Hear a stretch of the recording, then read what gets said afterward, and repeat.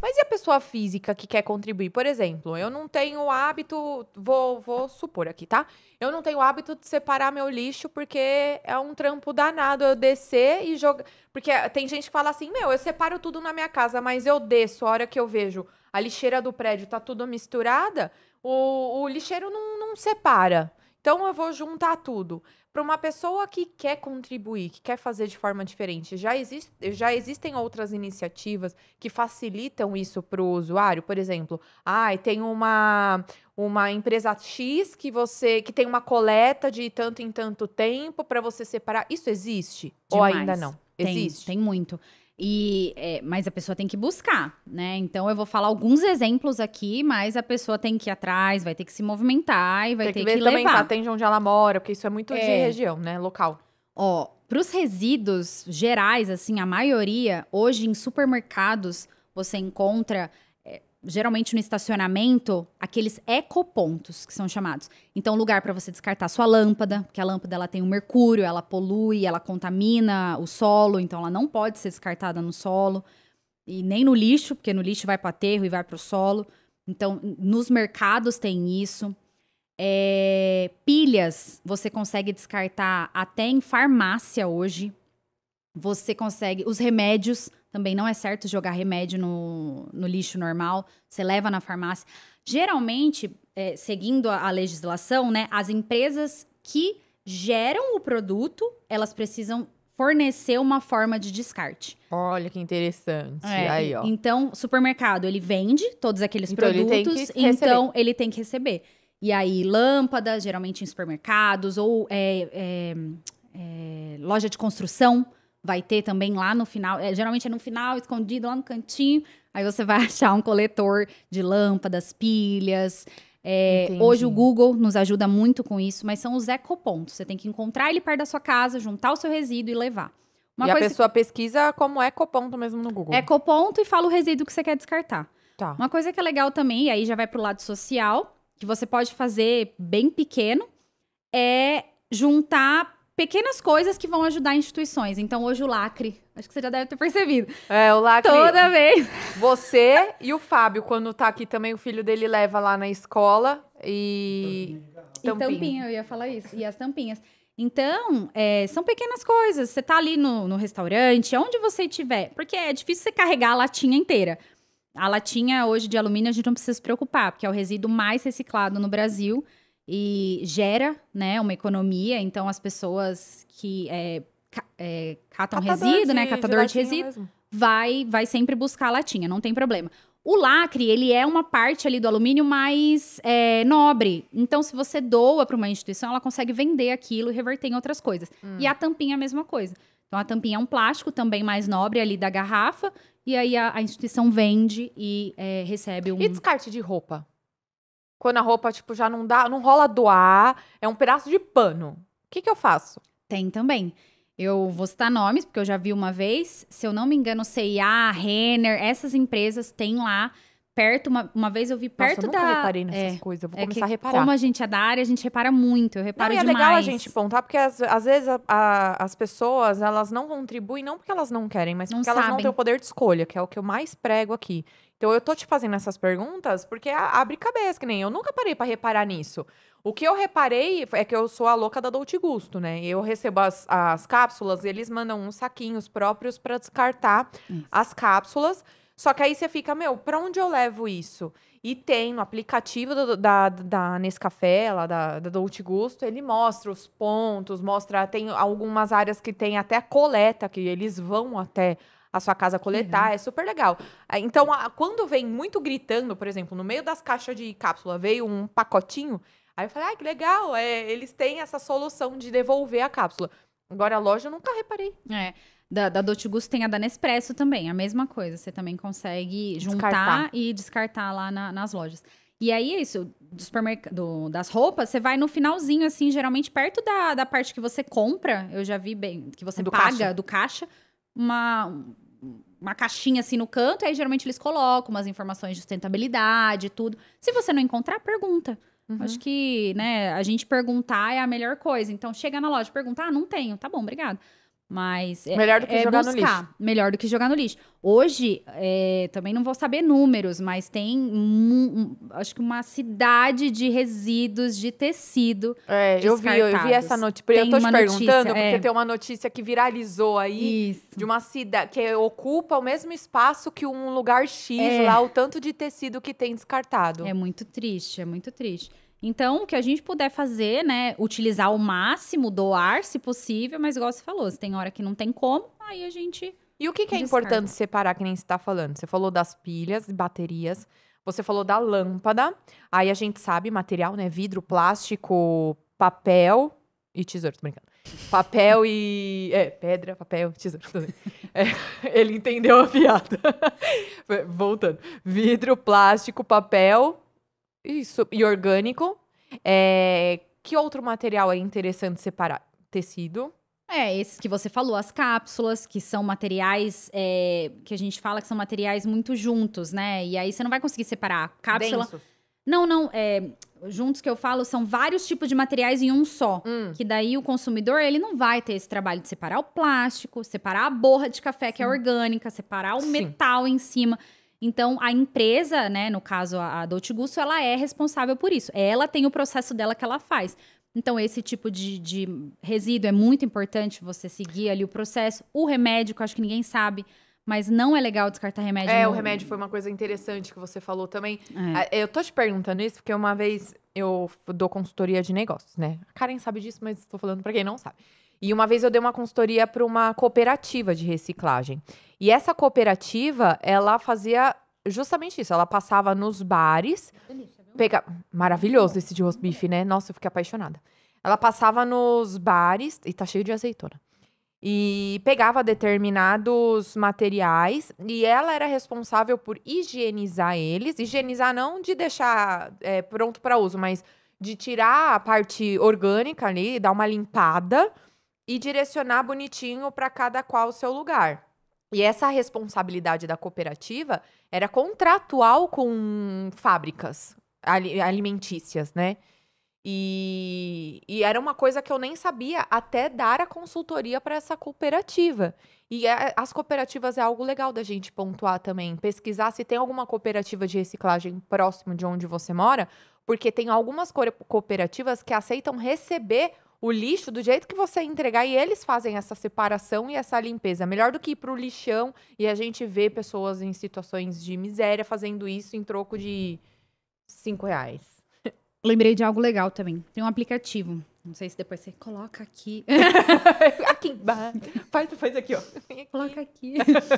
Chame Cata Aqui. Esse é um aplicativo que vários catadores estão dentro desse aplicativo. E aí você, como gerador de resíduo, você pode colocar lá, buscar se tem algum catador perto e entrar em contato com a pessoa. Olha, eu tenho... Aí tem que valer a pena, né? Lógico que você tem que pensar também que é o trabalho da pessoa. Então, às vezes, ele cobra um valor e tudo mais. Mas, eu tenho uma quantidade X de papelão e tudo mais. Eu quero descartar da maneira correta, tudo. Aí você contata e ele vem retirar. Então, já tem esse trabalho. E outra, eu aprendi demais isso, que os catadores, eles são pessoas, assim, incríveis, né? Eles ajudam a reciclagem da nossa cidade também. Então, contem com eles. Se vê algum passando na rua, fale, converse, sabe? São pessoas que estão ali ajudando. Eu, infelizmente, tenho uma experiência não muito boa com catador de latinha, né? Mas tudo bem. Mas foi pontual. Ninguém é igual, mas eu acho que vale a pena pelo trabalho que eles fazem, sabe? Sim. E aí, assim, esse Cata Aqui, as pessoas são cadastradas, tem todo um processinho legal, sabe? É bom saber. É um aplicativo que torna mais sério, assim, não é um catador que você vê na rua e X. Eles são cadastrados, e aí tem aquelas cooperativas que participam também, é bem legal. E essa seleção do lixo é obrigatório nos prédios?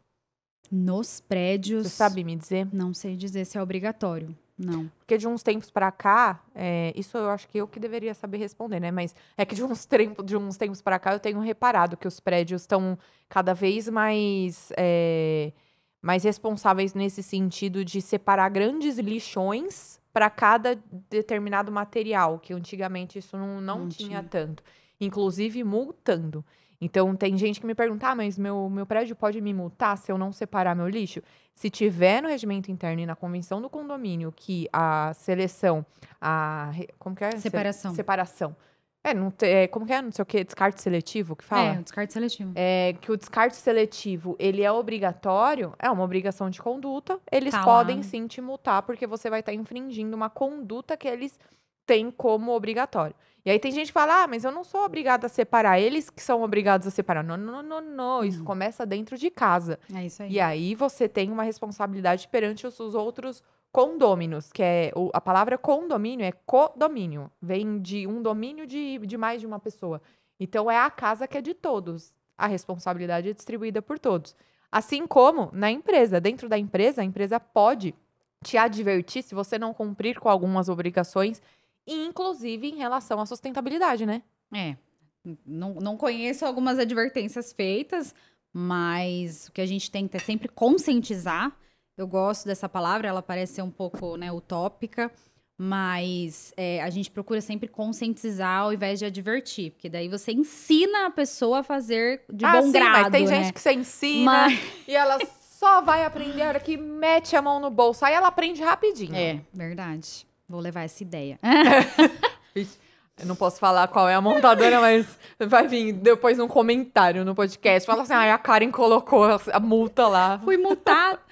Mas você falou de resíduos e dicas, né? Uma coisa que eu lembrei que é legal também é a importância de lavar os resíduos que tem orgânico dentro, né? Parece besteira.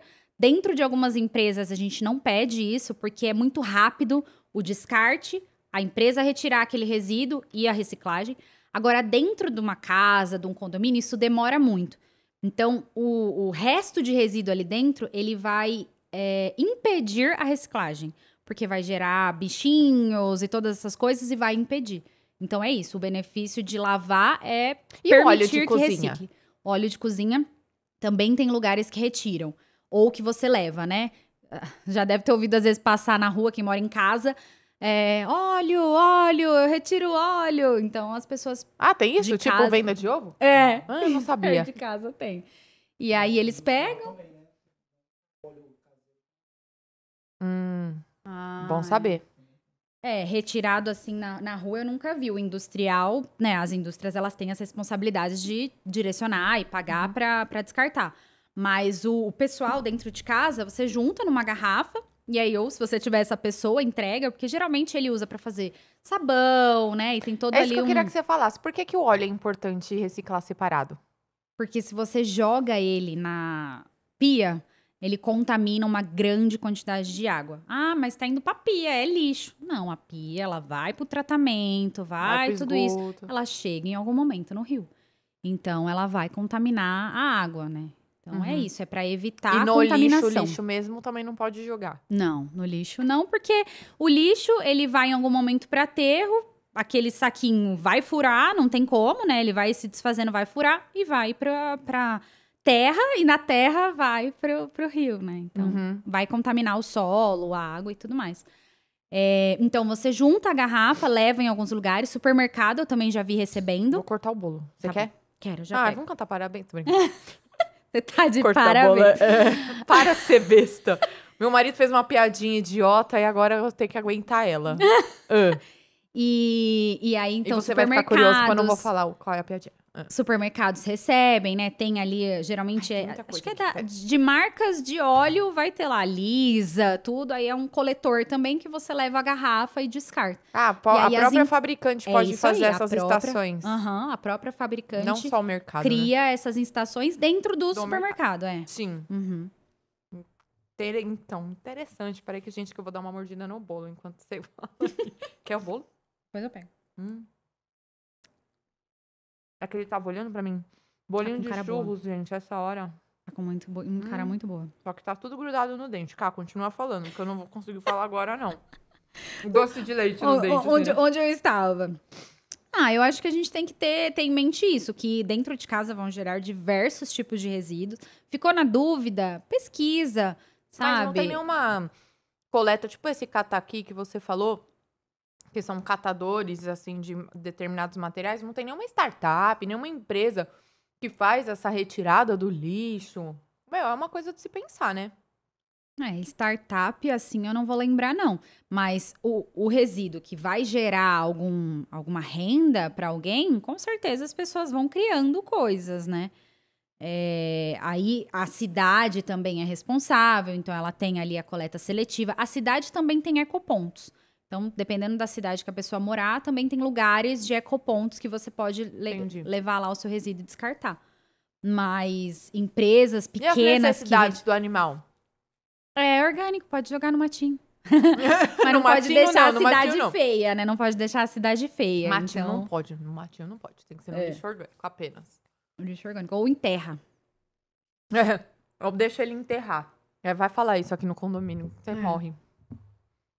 São desafios, Tatá. Eu acho que não é fácil ser totalmente sustentável e nem é possível ser totalmente sustentável. E a rotina do seu setor na automobilística é o que a gente acha que... Porque as pessoas falam de RH, vem só aquelas palestrinhas chatas todo mês que os funcionários têm que fazer, né? De conscientização. Como que é a rotina da sustentabilidade lá? Também é só as palestrinhas? Ou vocês têm algum tipo de parte prática nisso, assim, de efetivamente fazer uma ação lá dentro, às vezes rolar uma gincana, ou ter esse tipo de fiscalização, ou implantar alguma solução do tipo assim... eu teve um amigo meu, numa época, que ele estava trabalhando com automação. E ele foi contratado por uma montadora para criar uma automação que numa parte lá da montagem do carro, a sobra, acho que das peças, virasse não sei o quê, que gerou energia. Eu não vou saber, não vou saber explicar, mas ele foi contratado para esse projeto, o cara que trabalhava com automação X, assim, ele nem era engenheiro nem nada, e foi contratado para esse tipo de solução. Isso vocês também fazem ou não? Tem diversos times, né? Então, parte de automação, produto, vão ter outros times. E aí, muitas vezes, eles nos contatam.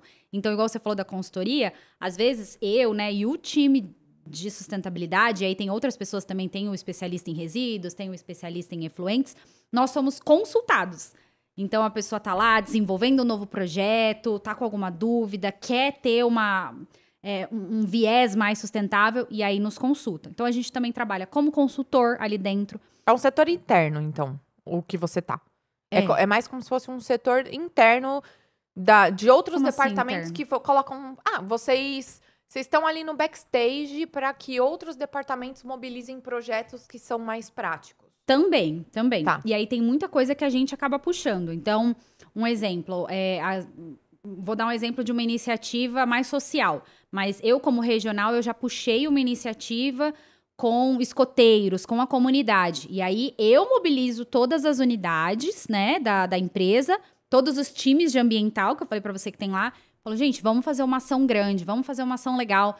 E aí, contato, ajudo ali no que pode. Eles também têm vários trabalhos que eles têm que fazer localmente. Uhum. E aí, a gente realiza esse tipo de ação com a comunidade. Uma coisa que é muito importante a empresa fazer também é ter essa atuação na comunidade. Então, seja levando educação ambiental, seja beneficiando de alguma forma, com doações, né? Entra aquilo que a gente falou da função social da empresa. A empresa ela não existe só para dar lucro. É isso aí. Ela existe para mobilizar a sociedade num todo. Eu acho que esse é o problema das pessoas hoje em dia. As pessoas são muito individualistas. Então, elas olham só aquilo que reflete a vida delas e ponto. Elas esquecem que elas estão inseridas numa sociedade que antigamente era mais controlável porque eram aldeias. Aí as aldeias foram aumentando e foram virando civilizações ali um pouco maiores, né? Costumes um pouco mais abrangentes. E agora, com a globalização, isso tudo se perdeu um pouco. E eu acho que é interessante a gente trazer essa conscientização que não só o clima, tá todo mundo pagando o preço de erros do passado, digamos assim, como, num todo, a responsabilidade das pessoas jurídicas e das pessoas físicas perante a sociedade é nesse viés social, ainda que o retorno não seja imediato e que exista um retorno, né? Que ele exista. Às vezes a gente faz que é um retorno indireto. Esse retorno sempre vai ter, porque se a sociedade melhora, a gente vive num ambiente melhor. Se a sociedade piora, a gente se enfubeca. Então, indiretamente, todo mundo é atingido. Só que esse tipo de conscientização é o que você falou, as gerações novas até estão tendo. Que é a geração mimimi, o millennium. Agora, as gerações... Eu acho que a gente é de uma geração numa transição. Transição, A gente veio de uma transição industrial. Tinha um pouco millennium ali, né? Mas tem muito a parte do... É baby boomer, né? Sei lá, eu nem sei. A geração Z, Y, X, W, beta, alfa, sei lá o que... eu digo assim, porque os nossos pais vieram do costume industrial da coisa, assim, da produção, foda-se as consequências. Aí a gente já veio numa geração que começou a questionar, porque a gente começou a sofrer as consequências. E agora a geração que vai vir dos nossos filhos e tudo mais, já é uma geração preocupada, correndo atrás de corrigir as cagadas das gerações anteriores, que muitas vezes foram cagadas inconsequentes, né? As pessoas, elas não tinham a visão da consequência que poderia ter. E agora, com todo o conhecimento que o ser humano adquiriu em relação a efeito, né, com o meio ambiente, só não colabora quem não quer.